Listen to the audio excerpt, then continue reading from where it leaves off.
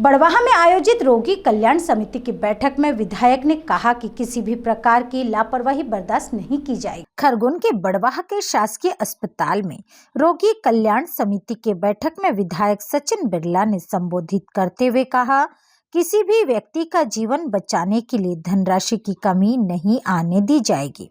शासकीय अस्पताल में बेहतर चिकित्सा सेवाएं उपलब्ध कराने के लिए हर संभव प्रयास किए जा रहे हैं। चिकित्सा कार्य में लापरवाही बर्दाश्त नहीं की जाएगी। विधायक ने कहा कि अस्पताल के ड्यूटी समय में डॉक्टरों और स्वास्थ्य कर्मियों की उपस्थिति को लेकर बड़ी विसंगति सामने आई है।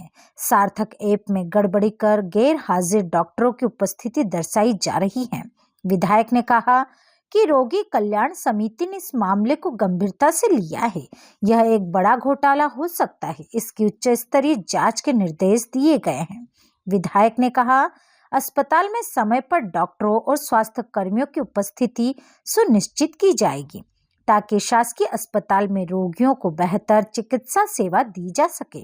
समिति के सदस्यों ने विधायक को बताया कि अस्पताल में हड्डी रोग की चिकित्सा में प्रयुक्त होने वाली उपचार सामग्री उपलब्ध नहीं है।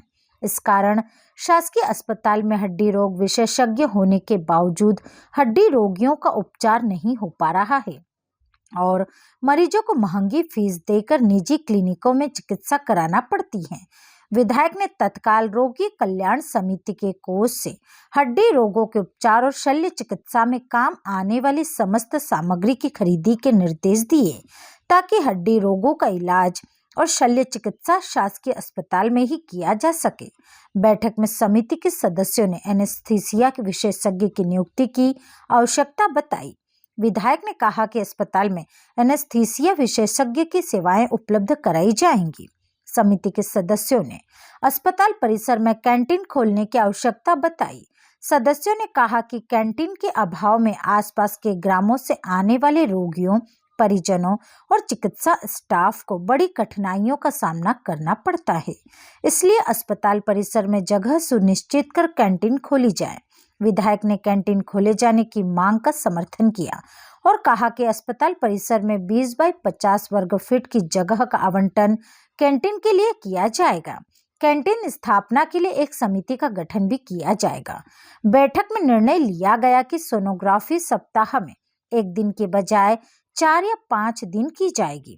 बैठक में सर्वानुमति से ओपीडी फीस 10 रुपए से बढ़ाकर 15 रुपए करने का निर्णय लिया गया। बैठक में पोस्टमार्टम सामग्री रेफ्रिजरेटर खरीदने का निर्णय भी किया गया। बैठक में अस्पताल में बेहतर चिकित्सा सेवाओं के लिए आउटसोर्स एजेंसी के माध्यम से कर्मचारियों की नियुक्ति, पार्किंग शुल्क, अस्पताल के विद्युत, इलेक्ट्रॉनिक उपकरणों और सोलर ऊर्जा प्लांट, वाटर कूलर की मरम्मत, पानी की टंकियों की सफाई, ऑक्सीजन प्लांट की सर्विसिंग, मरीजों के लिए अति आवश्यक दवाओं और कंज्यूमेबल सामग्री की खरीदी, एम्बुलेंस की मरम्मत, फायर सिलेंडरों की रिफिलिंग, अस्पताल के विभिन्न विभागों में ऑनलाइन कार्य हेतु इंटरनेट सुविधाएं उपलब्ध कराने, सुरक्षा हेतु अस्पताल के आपातकालीन द्वार, प्रथम तल पर सेंट्रल लैब की सीढ़ियों पर चैनल गेट लगवाने के संबंध में निर्णय लिए गए। बैठक में जिला चिकित्सा अधिकारी डॉक्टर मोहन सिसोदिया, रोगी कल्याण समिति सदस्य बजेंद्र जोशी, राजेश जायसवाल, मोनू वर्मा, प्रभारी चिकित्सक डॉक्टर यशवंत इंगला, डॉक्टर दिनेश ठाकुर, परियोजना अधिकारी अनिल जैन उपस्थित थे। रोगी कल्याण समिति की बैठक आज अस्पताल में हुई, जिसमें कई निर्णय लिए। महत्वपूर्ण बात जो अभी निकल कर आई है कि सार्थक ऐप एवं फिजिकल अटेंडेंस में धांधली है। विषय बड़ा गंभीर है कि जो कर्मचारी, जो डॉक्टर्स ड्यूटी पर आते हैं, उनके सार्थक ऐप के माध्यम से उनका अंगूठा लगता है और फिजिकल अटेंडेंस भी होती है। अगर कोई डॉक्टर 10 दिन कार्य पर आए और फिजिकल अटेंडेंस जो बीओ के माध्यम से भरी जाती है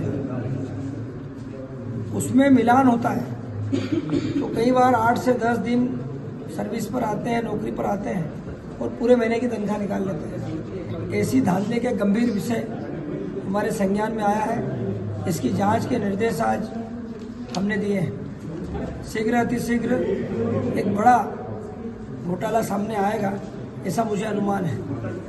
और आज हड्डी रोग विशेषज्ञ सामान के अभाव में यहाँ पर ऑपरेशन नहीं हो रहे थे, जिसके कारण मरीजों को बाहर जाना पड़ रहा था।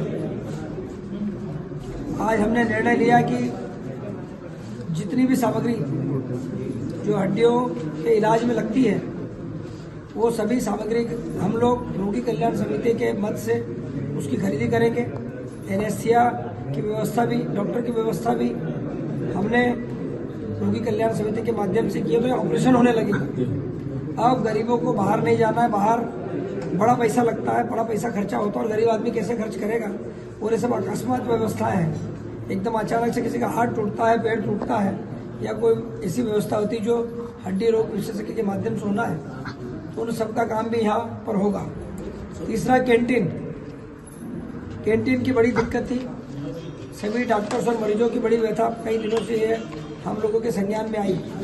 तो हमने 20 बाय 50 की जगह सुनिश्चित की है और कैंटीन बनाने का खर्च भी रोगी कल्याण समिति वहन करेगी, ऐसा हम लोगों ने आज यह निर्णय लिया।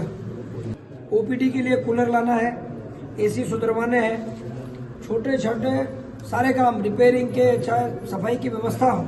अगर पढ़ने जाऊंगा तो लंबी लिस्ट है। सोनोग्राफी को लेकर भी हाँ, सोनोग्राफी को लेकर भी आज निर्देश दिए हैं कि जो एक दिन सोनोग्राफी हो रही हो कम से कम 4 से 5 दिन हो, तो इसमें गरीबों का बड़ा पैसा खर्चा होता है। उसके लिए भी हमने व्यवस्था की है। और कई ऐसे विषय हैं जो अति आवश्यक हैं, चाहे व्यवस्थाओं को लेकर हो, सुविधाओं को लेकर हो। ऑक्सीजन के 2 प्लांट हमारे लगे, उनकी भी रिपेयरिंग का कार्य करना है। और सभी शुल्क, जिस तरह से छोटी छोटी बातें थी, इसमें महंगाई के कारण एक रेफ्रिजरेटर भी खरीदना है और महंगाई के कारण जो पैसा रोगी कल्याण समितियों को आता है वो खर्चों में जा रहा था। उसकी व्यवस्था भी हम लोगों ने रोगी कल्याण समिति की जो शुल्क लेती है, जिसमें गरीबों को तो छूट होती है, ओपीडी शुल्क वगैरह, उसमें थोड़ी सी बढ़ोतरी की है।